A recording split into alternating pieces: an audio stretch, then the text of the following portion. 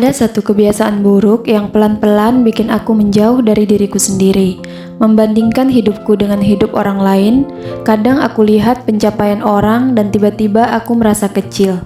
Kadang aku dengar cerita orang dan rasanya seperti aku ini tidak cukup. Dan jujur saja, itu melelahkan. Bukan karena aku tak mampu, tapi aku lupa satu hal penting, bahwa hidupku bukan kompetisi, dan aku tidak sedang berlari dengan siapapun. Hai, selamat datang. Terima kasih sudah mau singgah di langkah kecilku. Pernah nggak sih kamu merasa hidupmu tertinggal?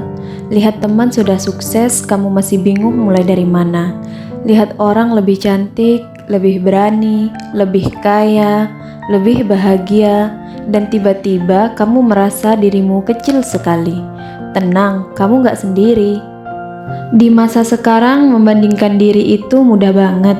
Kita buka sosial media dan semua orang terlihat sempurna.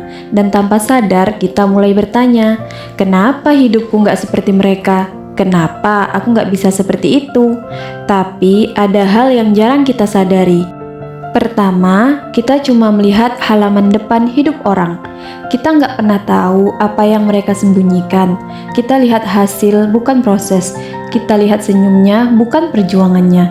Jadi wajar kita merasa kalah, karena yang kita bandingkan itu tidak adil.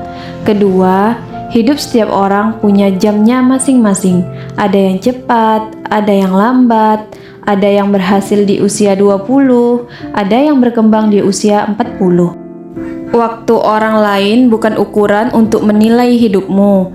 Kalau kamu terlambat, bukan berarti kamu gagal, itu cuma berarti ritme hidupmu berbeda. Ketiga, membandingkan membuatmu lupa pada dirimu sendiri. Padahal ada banyak hal dalam dirimu yang tidak dimiliki orang lain.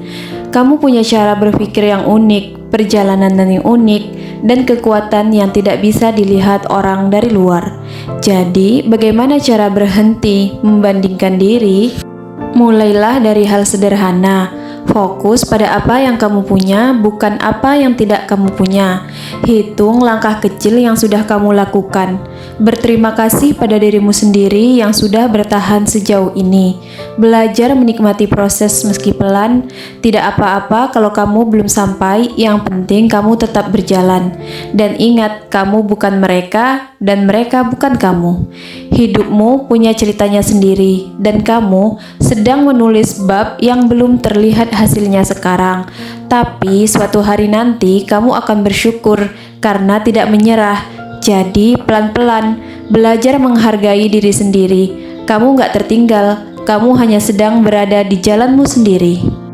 Terima kasih sudah mendengarkan cerita ini. Semoga hari-harimu jadi lebih ringan dan kamu jadi lebih sayang sama dirimu sendiri. Kalau kamu suka konten seperti ini, jangan lupa tinggalkan jejakmu. Sampai jumpa di cerita berikutnya. Terima kasih.